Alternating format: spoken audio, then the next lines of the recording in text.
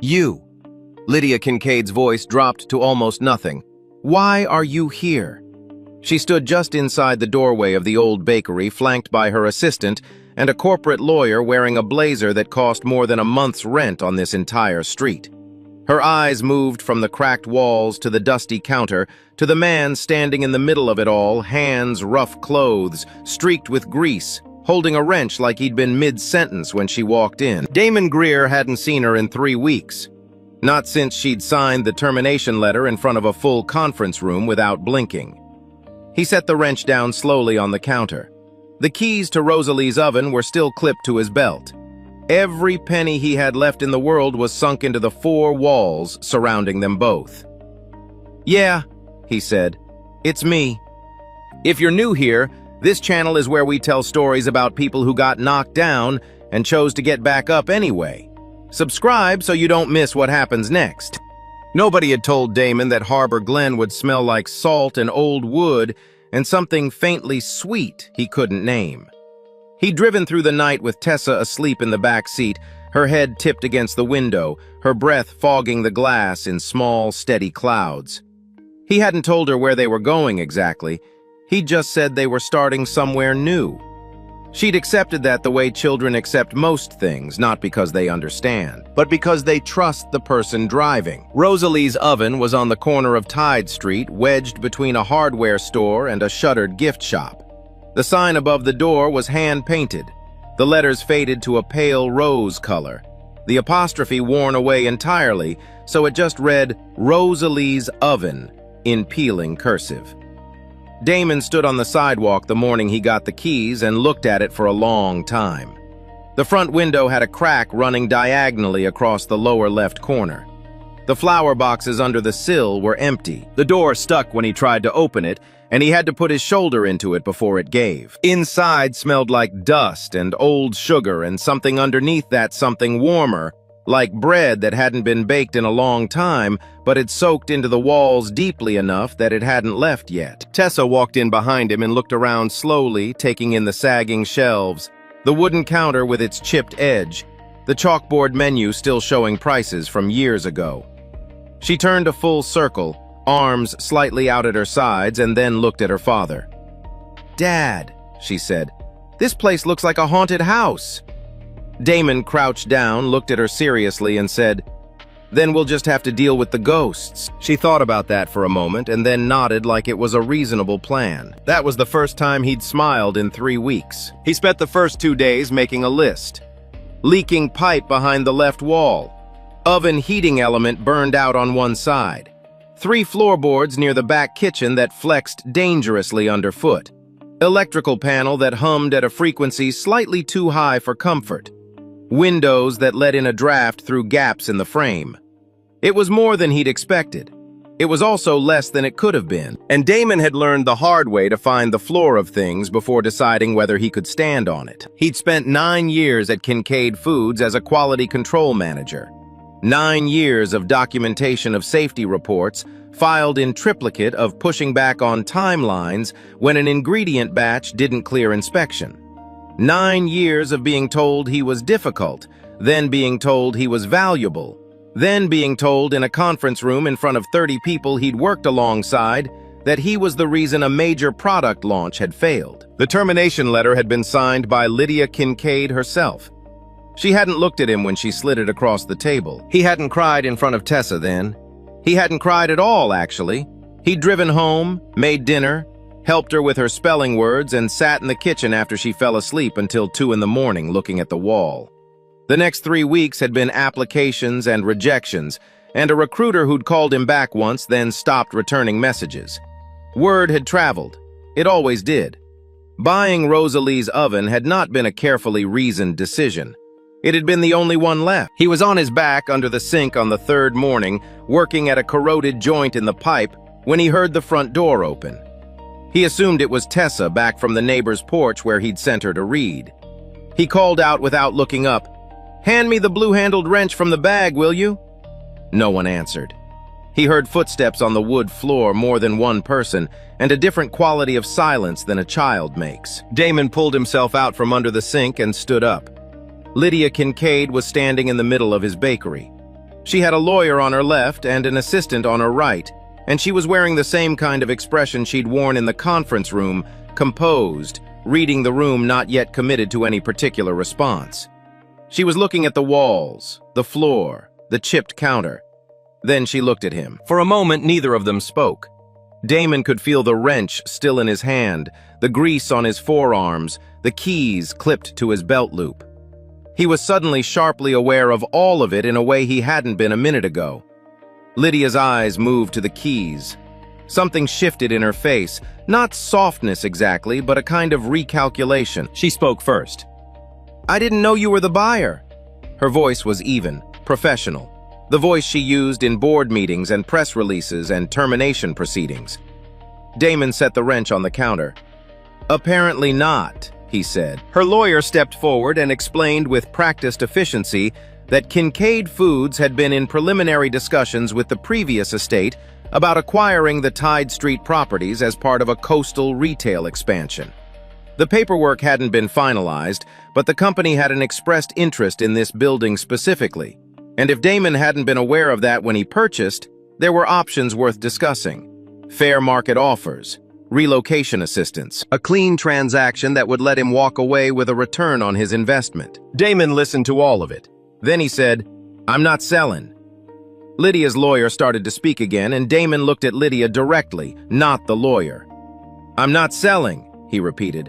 "I'm opening a bakery." Something moved through Lydia's expression, a flicker of something he couldn't read. She'd expected him to negotiate, maybe, or to be grateful for the offer. She hadn't expected him to look at her the way he was looking at her now, not with anger, not with desperation, just with a flatness that said he'd already considered every angle of this and landed somewhere she hadn't anticipated. She said, "Mr. Greer, this building needs significant renovation. The commercial kitchen permits alone will take months. You'd be competing against established coastal businesses with our infrastructure behind them. I'm not saying this to discourage you, I'm saying it because it's a realistic picture." Damon looked around the room slowly at the empty shelves, the faded menu board, the cracked window with afternoon light coming through it in a slanted bar across the floor. Then he looked back at her. "I know what realistic looks like," he said. "I've been living in it for 3 weeks. I'm staying anyway." Lydia studied him for a moment longer than was strictly professional. Then she nodded once, said something quiet to her assistant, and walked out. The lawyer followed. The door stuck again on the way out, and the lawyer struggled with it briefly before it opened. Damon stood alone in the middle of the bakery for a while after that. That night, he set up the folding cot for Tessa in the small back room that would eventually be storage. She fell asleep quickly, one arm thrown over the edge, fingers loose. Damon sat on the floor beside her with his back against the wall and looked at his hands in the dim light, the grease still in the creases of his knuckles even after washing the small scar on his left thumb from a box cutter years ago. These were the hands that had written every safety report, that had flagged every compromised batch, that had typed the emails no one had bothered to read. He thought about the conference room. He thought about 30 faces that wouldn't meet his eyes. He thought about the lawyer who just tried to hand him a clean exit from the one thing he had left. Then he thought about Tessa saying, "Then we'll just have to deal with the ghosts," and the way she'd nodded like it was settled. He stayed on the floor until his back ached, and then he got up and started on the list. By the end of the first week, word had gotten around Harbor Glen the way it does in small towns, not through any single conversation, but through the accumulation of many small ones. People stopped on the sidewalk to look through the window at Damon working. A woman named Diane, who ran the flower shop 2 doors down, brought him a cup of coffee and asked what he was planning to do with the place. When he told her he was reopening it as a bakery, she pressed her lips together in the way people do when they're trying not to show how much something means to them and said, "Rosalie would have liked that." He didn't know who Rosalie was yet, but he filed the name away. Tessa helped after school each day, sitting cross-legged on the counter because the floor was still uneven in places, drawing versions of the menu board in her sketchbook with colored pencils. She had opinions about fonts. She told him the prices on the old chalkboard were too low, and they needed to charge more or people wouldn't take it seriously. Damon told her he'd take that under advisement. She said he should take it under serious advisement. On the 8th day, he made his decision formally and internally in the way that decisions sometimes need to be made twice, once out loud and once in the place where you actually live. He was going to open Rosalie's oven on the day of Harbor Glen's summer festival 6 weeks out. He was going to do it with whatever he had. He was not going to sell. He was not going to negotiate. He was not going to blink first. Lydia Kincaid had signed her name on the worst day of his life without looking at him. Whatever she wanted with this building, whatever her company had planned for this street, it was going to have to go through him first. And Damon Greer, for the first time in 3 weeks, felt something in his chest that wasn't grief or exhaustion. It wasn't quite hope either. It was something harder than hope, something closer to resolve. He picked up the wrench. He went back to work. The renovation moved the way hard things move slowly at first, then all at once in ways that surprised him. Damon repaired the floorboards himself, pulling up the worst ones and replacing them with wood he bought secondhand from a salvage yard 2 towns over. He repainted the walls a warm cream color that Tessa selected after holding up 7 paint swatches against the afternoon light and ruling out each one with the seriousness of a judge. He cleaned the front window with vinegar and old newspaper until the crack in the lower corner was the only thing left imperfect about it. And then he decided to leave the crack. Some things you kept the way they were. Tessa updated the chalkboard menu each evening after homework, her handwriting rounder and more confident than it had any right to be for a 7-year-old.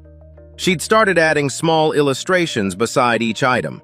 A curl of steam above the coffee, a lopsided star beside the lemon rolls. Damon watched her do it one evening from the kitchen doorway and thought that whatever else was uncertain about this place, whatever else was still broken, this part was right. Lydia Kincaid kept coming back to Harbor Glen. She wasn't there every day, but often enough that Damon started to feel her presence the way you feel a weather system moving in a particular quality to the air before you actually see the clouds. Her car would appear on Tide Street. Her assistant would be seen going in and out of the building next door, which housed a small accounting firm connected to the property negotiations.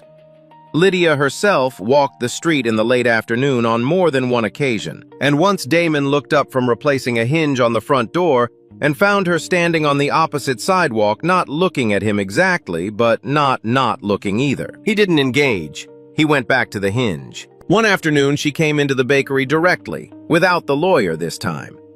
She told Damon that Kincaid Foods architects had drawn up preliminary plans for the block and that Rosalie's oven sat at what they were calling the anchor corner, the most visible point in the proposed development.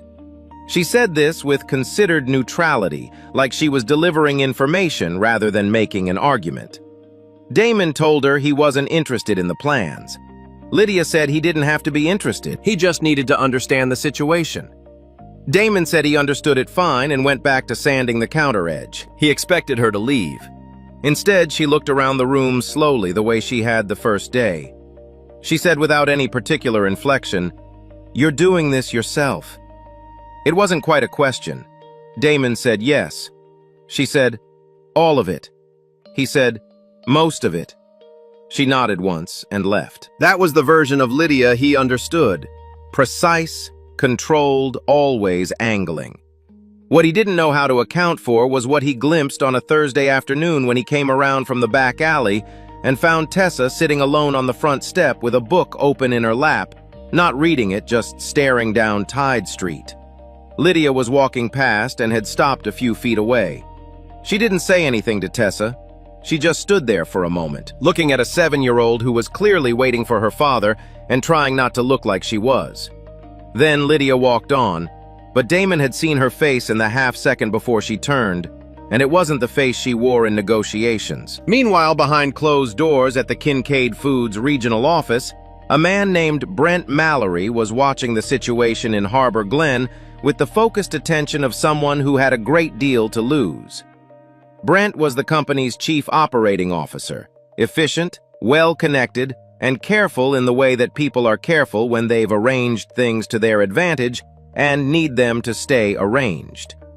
He'd been the one who built the case against Damon. He'd been the one who'd framed a compromised ingredient batch as an act of sabotage rather than a failure of oversight, And he'd chosen Damon as the explanation because Damon was the kind of person a board would believe guilty of disruption.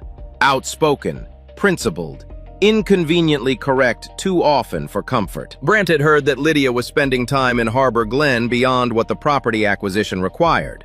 He'd also heard through the kind of informal channels that corporate environments run on that she'd requested an internal documentation review.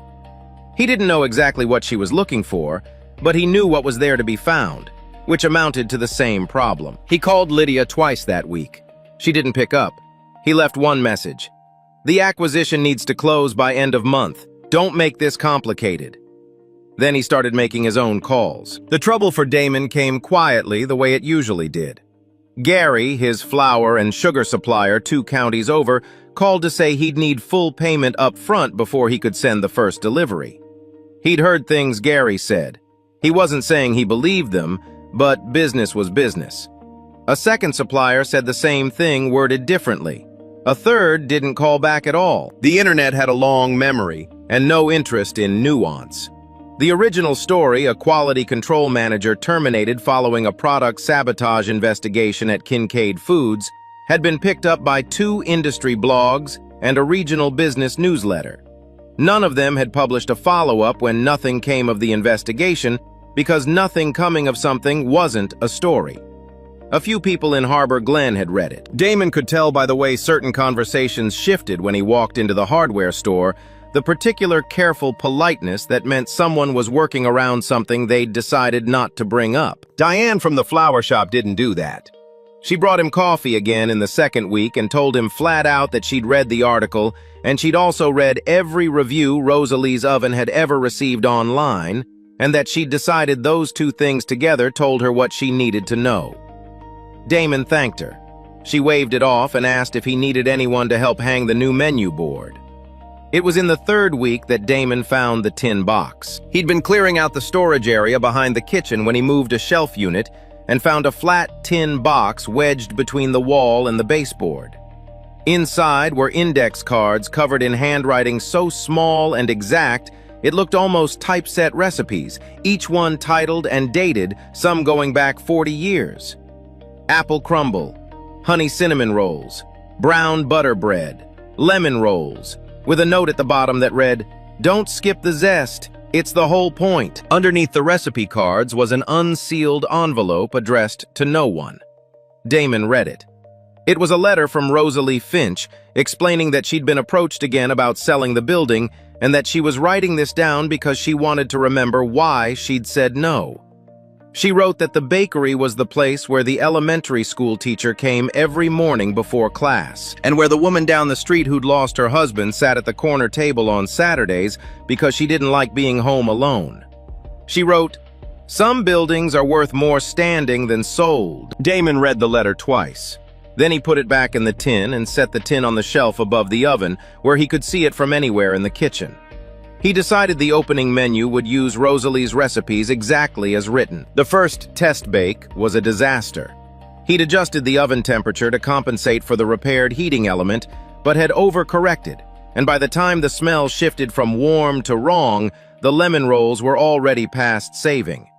The smoke alarm went off with the particular shrieking urgency of alarms that have been waiting a long time for a reason. Damon grabbed a dish towel and was still waving smoke away from the sensor when he heard the front door. Lydia walked in and took in the scene. The blackened pan, the smoke drifting near the ceiling, Damon with flour on his jaw and didn't speak immediately. She came a few steps into the kitchen, far enough to see the tin box on the shelf and the index cards spread across the counter. Tessa appeared from the back room at a run, grabbed her father's arm, and looked at the burnt pan with the gravity of someone assessing a situation.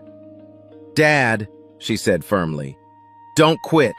Miss Rosalie probably burned stuff too." Damon said, "Probably." Tessa seemed satisfied with that.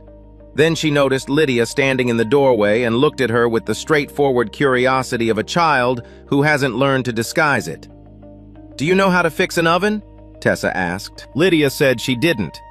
Tessa accepted that and turned back to her father to work through what had gone wrong with the temperature. Lydia stood in the doorway and watched the father and daughter bent over the ruined pan, talking through it together like a problem to solve rather than a failure to mourn. Something in her expressions shifted. Not dramatically, just a quiet movement behind the eyes, the kind that happens when something you've been not thinking about surfaces without permission. She was still standing there when the shelf unit on the side wall tilted forward. It happened fast. Tessa was directly below it. Lydia moved before she'd consciously decided to crossing the kitchen in 3 steps and pulling Tessa back by the shoulder just as the shelf caught on its lower mount and stopped short of falling. A jar of vanilla extract knocked to the floor but didn't break. The edge of the shelf had caught Lydia's palm on the way, leaving a thin red line across it. Tessa looked at the scrape with the gravity of a person who takes injuries seriously. She disappeared into the back room and returned with a small first aid kit, the kind with cartoon bandages, and selected one in the shape of a star without asking. She pressed it carefully onto Lydia's palm and said, "It's the good kind. It doesn't sting." Lydia looked down at the star-shaped bandage on her hand for a long moment. Damon from across the kitchen watched her face, really watched it, and saw a woman who was not accustomed to being taken care of by anyone, let alone a 7-year-old with a cartoon first aid kit.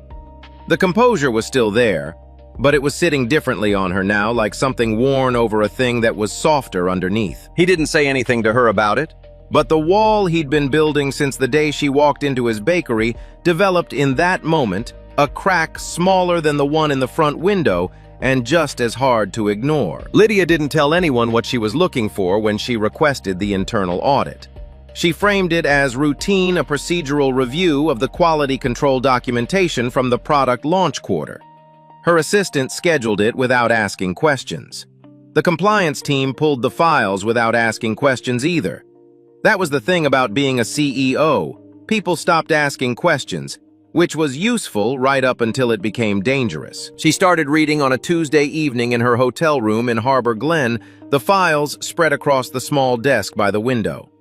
She told herself she was doing this because it was good governance, because if Brent had falsified anything she needed to know for the company's sake. She told herself all of that carefully and thoroughly, the way you tell yourself things when you already know the real reason and aren't ready to say it yet. The first anomaly was small. A signature on a supplier verification form. Damon's name, his employee number, but the handwriting didn't match the samples in his personnel file. She almost moved past it. She didn't. She pulled the original batch approval chain and found a gap. An email thread that should have had 6 messages had 4. The metadata showed 2 deletions, both on the same afternoon, both routed through Brent Mallory's administrative access. She kept reading.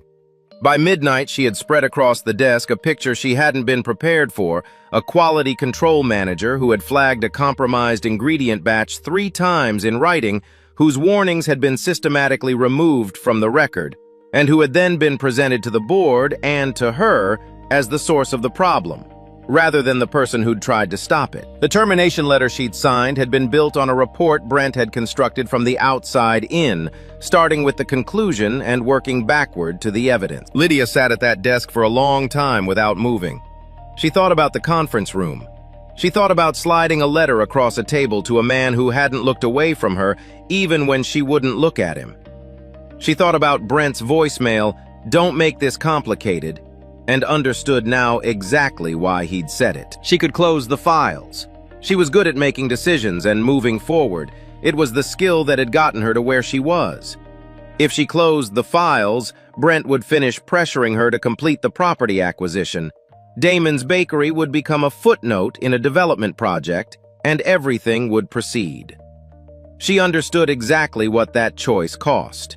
She sat with it long enough to know she understood it fully. Then she opened her phone and called her personal attorney, not the company's legal team. Damon, meanwhile, knew none of this. What he knew was that 4 weeks before the summer festival, his permit trouble arrived without warning. He came back from a supply run one morning to find a formal notice taped to the bakery door, a suspension of his renovation permit, citing an anonymous complaint about unpermitted structural modifications. The modifications in question were the floorboards he'd replaced and the shelf brackets he'd reinforced.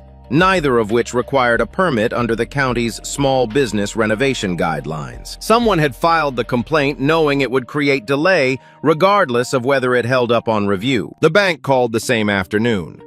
The loan officer said the institution needed additional financial assurances given recent developments in Damon's credit profile. Damon asked what developments specifically. The loan officer said he wasn't able to share the specifics of what had been reported. Damon thanked him and hung up and stood in the kitchen for a moment. Someone had made calls, and there was only one person with both the motive and the reach to make them. He thought about Lydia. He thought about all of it. The supplier account that had mysteriously cleared, the way she'd pulled Tessa back from the falling shelf, the expression on her face when Tessa pressed the bandage onto her palm. He turned each of those things over and looked at the other side. He thought about how good she was at reading a room. He thought about the conference room. He thought about 30 faces that wouldn't meet his eyes, and a letter slid across a table, and 9 years of work reduced to a paragraph in a termination document. By the time Lydia appeared at the bakery that evening alone, no assistant carrying a folder he'd been sitting with all of that for 6 hours. She started to say that she'd heard about the permit suspension, and she wanted him to know she was looking into it. Damon cut her off. Not loudly. He didn't do things loudly. He just said it straight that he wasn't interested in her looking into anything on his behalf, that he'd learned what it cost when Kincaid Foods decided to manage a situation that involved him. Lydia said, "I'm not behind the permit complaint." He said, "How would I know the difference?" She said there were things she'd found in the company's internal records, things he needed to hear. Damon said he'd heard enough about internal records. "You signed that letter," he said. "You looked at whatever they put in front of you and you signed it. And I lost everything. My job, my reputation. My daughter had to leave her school and her friends because I couldn't hold a lease in the city anymore. So whatever you found, it doesn't change what happened. It just means you're dealing with it on your schedule instead of mine." Lydia set the folder on the counter and left without another word. Damon stood alone in the bakery. He looked at the folder. He didn't open it. He looked at the tin box on the shelf above the oven. He looked at the chalkboard menu with Tessa's small illustrations, the curl of steam, the lopsided star beside the lemon rolls. He looked at the front window with its diagonal crack, and the cream-colored walls he'd painted himself, and the floorboards he'd replaced board by board. And all of it felt suddenly fragile in a way it hadn't before, like something built in the dark that the light was now revealing clearly. Tessa was asleep in the back room. She'd fallen asleep at the small table she used for homework, her head down on her arms, a piece of chalk still loosely held in one hand. She'd been updating the menu board and hadn't made it to the cot. Damon stood in the doorway and looked at her. He thought about what she'd asked him 3 days earlier. "Dad, is the bakery going to open?" And how he'd said yes with more certainty than he'd actually had, because she was 7. And she needed to hear yes. He lowered himself to the floor with his back against the doorframe. The buildings settled around him in the old way of old buildings, small sounds in the wood-sea air under the back door. He thought about everything he'd done right and how little it had protected him. He thought about Rosalie Finch writing a letter to no one about why a building was worth keeping. He thought about the folder on the counter that he hadn't opened. This was the floor. He was already on it. The question was whether he could get up from here again. Across town, Lydia sat in her rental car in the harbor parking lot with the engine off. She could see the faint glow from the bakery's back window from where she was parked. She'd been sitting there for nearly an hour, her phone in her hand, Brent's number visible on the screen. If she called him, it would be over quickly. She was the CEO. She could frame this as an internal matter, handle it quietly, and protect herself. Nobody outside the company would need to know what the files contained. Damon Greer would lose the bakery probably, but he'd lost things before and survived. That's what she told herself. Then she thought about a 7-year-old pressing a star-shaped bandage onto her palm with the solemn care of someone who'd decided a wound was worth treating regardless of who was carrying it. She thought about Damon's voice tonight, not angry, just exhausted in the specific way of a person who's been let down by systems enough times to stop being surprised, and who is still standing anyway. She thought about the email in the file, the one Damon had sent 3 times warning about the compromised batch, the one that had been deleted before anyone with authority to act on it could read it. That email had protected thousands of customers who would never know his name. Lydia closed Brent's contact. She opened her attorney's number instead. When the line picked up, she said, "I need you in Harbor Glen by tomorrow morning. I have documents I want to put on record." Her attorney asked if everything was all right. Lydia looked at the light in the bakery window and said, "Not yet, but it will be." The morning of the summer festival arrived the way mornings do in coastal towns, gently with light that came in sideways off the water and made everything look like it was worth keeping. Damon had been awake since 4. He stood in the kitchen of Rosalie's oven with the oven preheating and Rosalie's index cards lined up on the counter, each one propped against a jar or a tin so he could read it without picking it up. Brown butter bread first, then honey cinnamon rolls, then the lemon rolls, which he'd practiced 6 times over the past 2 weeks and gotten right on the 5th. He'd almost called it off 3 days ago. The permit had been reinstated on a Wednesday, quietly, without explanation. The suspension simply withdrawn by the anonymous complainant. The bank had called Thursday morning to say the hold on his account had been lifted, and that someone from the county assessor's office had submitted documentation clarifying the renovation scope. Damon hadn't submitted that documentation himself. He'd understood without being told that something had shifted somewhere above him. He didn't know the details yet. He wasn't sure he was ready to. What he knew was that Tessa had come into the kitchen that Thursday morning and found him standing at the counter with his hands flat on the surface looking at nothing. She'd stood beside him quietly for a moment and then she'd said, "Dad, we already painted the walls." He'd looked at her. She'd looked back at him with the particular expression she got when she felt a point had been made and required no elaboration. He'd started on the bread dough 20 minutes later. Lydia's meeting with the board had happened behind closed doors on a Tuesday, 3 days before the festival. She'd brought her personal attorney and a printed copy of every document she'd pulled from the internal review. She'd laid it out the way she'd learned to present things over 15 years in boardrooms, clearly in sequence, without editorializing. Signature discrepancies, deleted emails, batch approval gaps. The timeline of Brent Mallory's administrative access coinciding exactly with the removal of Damon's warning flags. Then she'd said simply that she had signed the termination letter without investigating whether the report it was based on was accurate, and that the report was not accurate, and that she was taking responsibility for that failure. The board chair had asked if she was prepared for the consequences. Lydia had said she was. Brent Mallory was placed on administrative leave the following morning and referred for legal review. Kincaid Foods' communications team was instructed to issue a formal statement clearing Damon Greer's professional record. The company's attorneys were directed to prepare a settlement for reputational damages, and Lydia withdrew the Tide Street acquisition proposal herself in writing that same afternoon. She came to the bakery the day before the festival alone. Damon was in the kitchen when she arrived, and he came out to the front counter and looked at her. She set a folder on the counter, the same folder she'd left 3 nights ago, the one he still hadn't opened, and said, "This is the full internal review. I wanted you to have it regardless of what you decide to do with it." She didn't offer an explanation or a justification. She said, "I can't give back the months you lost, but I'm done hiding behind the structure that let this happen." Damon looked at the folder. He picked it up this time and opened it.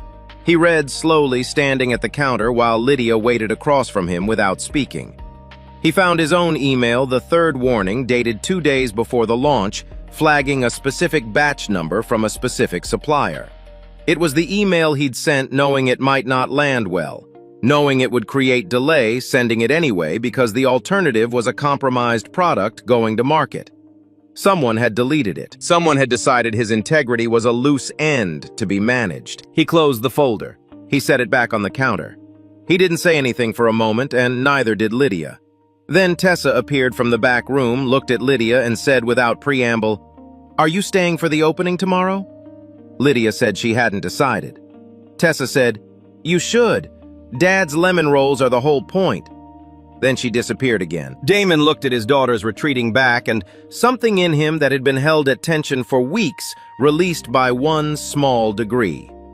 He looked at Lydia. "I'm not there yet," he said. "With any of this. I need you to understand that." Lydia said she did. He said, "But you can come tomorrow if you want." She nodded. She picked up her coat from the stool and left. The opening morning of Rosalie's oven was already warm by 7, the kind of summer warmth that feels like a promise being kept. Damon unlocked the front door and turned the sign to open and stood back. Tessa took her place behind the counter with the quiet authority of someone who had been preparing for this specific moment for 6 weeks. The first tray of lemon rolls came out of the oven at 7:15. The smell reached Tide Street before the door was fully open. Diane from the flower shop was first in line, which felt right. She bought a lemon roll and a coffee and told Damon that Rosalie would have been proud. And this time he knew enough about Rosalie to believe it. More people came. The line reached the sidewalk by 8. By 9, he'd sold out of the honey cinnamon rolls and started on the second batch of brown butter bread. Lydia arrived at 9:30. She wore a light jacket instead of a blazer, and she stood in line like everyone else. And when she reached the counter, she asked Tessa what she recommended. Tessa said the lemon rolls, obviously had she not been listening yesterday. Lydia said she'd take 2. She found a small table by the front window, the one with the diagonal crack in the glass, and sat with her coffee and her rolls and watched the room fill with people. She watched Damon move through the kitchen with the ease of someone doing exactly what he was built to do. She watched Tessa hand a bag across the counter to an older man and say with complete seriousness, "The zest is the whole point.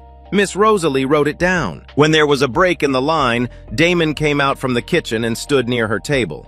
He didn't sit down. He said, "The board called this morning. I know what you put in front of them." Lydia said it was the least she could do. Damon said, "Yeah, it was." He went back to the kitchen. It wasn't forgiveness yet, it wasn't a clean ending, but it was honest, which was more than either of them had expected to be with the other this summer. In the months that followed, Rosalie's oven became the kind of place that towns sometimes get lucky enough to have, not because it was remarkable, but because it was real. Damon hired 2 people from Harbor Glen who needed work. He started a weekend baking class free of charge for anyone who wanted to come. Kids mostly at first, then a few adults who'd been laid off and had time on their hands and no particular place to put it. Lydia came on weekends when she wasn't in the city. She sat at the same table by the cracked window and did the quieter parts of her work and didn't try to run anything. Tessa taught her to braid dough one Saturday afternoon, correcting her technique with a patience that didn't seem to come from anywhere Damon could identify. It was just there in her, the way some things are. Lydia was a slow learner, she said. Tessa said that was okay. Most people were at first. Damon had been fired like a man with nothing left to offer. He'd built something in the ruins of that something that smelled like brown butter and old wood and salt air. Something with a crack in the front window and a tin box of recipes above the stove, and a 7-year-old behind the counter who knew the whole point was the zest. A person's dignity doesn't live in a job title. It doesn't live in a performance review or a termination letter or someone else's signature on a decision made without enough information. It lives in what you build when those things are taken from you, in the work you do at 4 in the morning when nobody's watching, in the way you answer your daughter when she asks if things are going to be okay. Damon Greer had told her yes. And eventually, it was. If this story stayed with you, if you've ever been underestimated, let go, or had to start over from scratch, you're exactly the kind of person we make these stories for. Subscribe to the channel, and we'll keep bringing you stories about people who chose to keep going. You don't want to miss what's coming next.